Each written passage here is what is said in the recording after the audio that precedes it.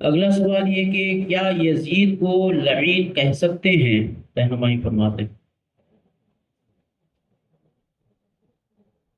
یزید کا فسق و فجور بالکل تواتر سے ثابت ہے۔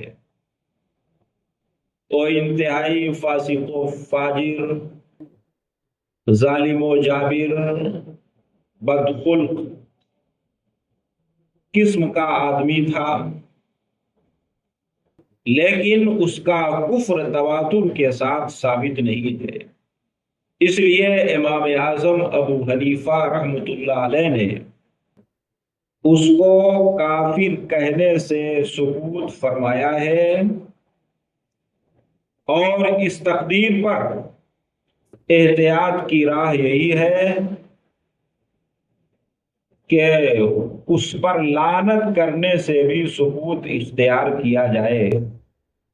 ہاں، وہ ائمہ جو یزید کی تکفیر کے قائل ہیں، مثلا امام احمد بن حنبل اور ان کے موافقین، تو نام بنام ان کے یہاں یزید پر لعنت کرنے کی بھی گنجائش ہے، مگر ہمارے امام اعظم ابو حنیفہ رحمۃ اللہ علیہ نے احتیاطاً اس کی تکفیر اور اس پر لعنت کرنے سے سکوت اختیار فرمایا ہے۔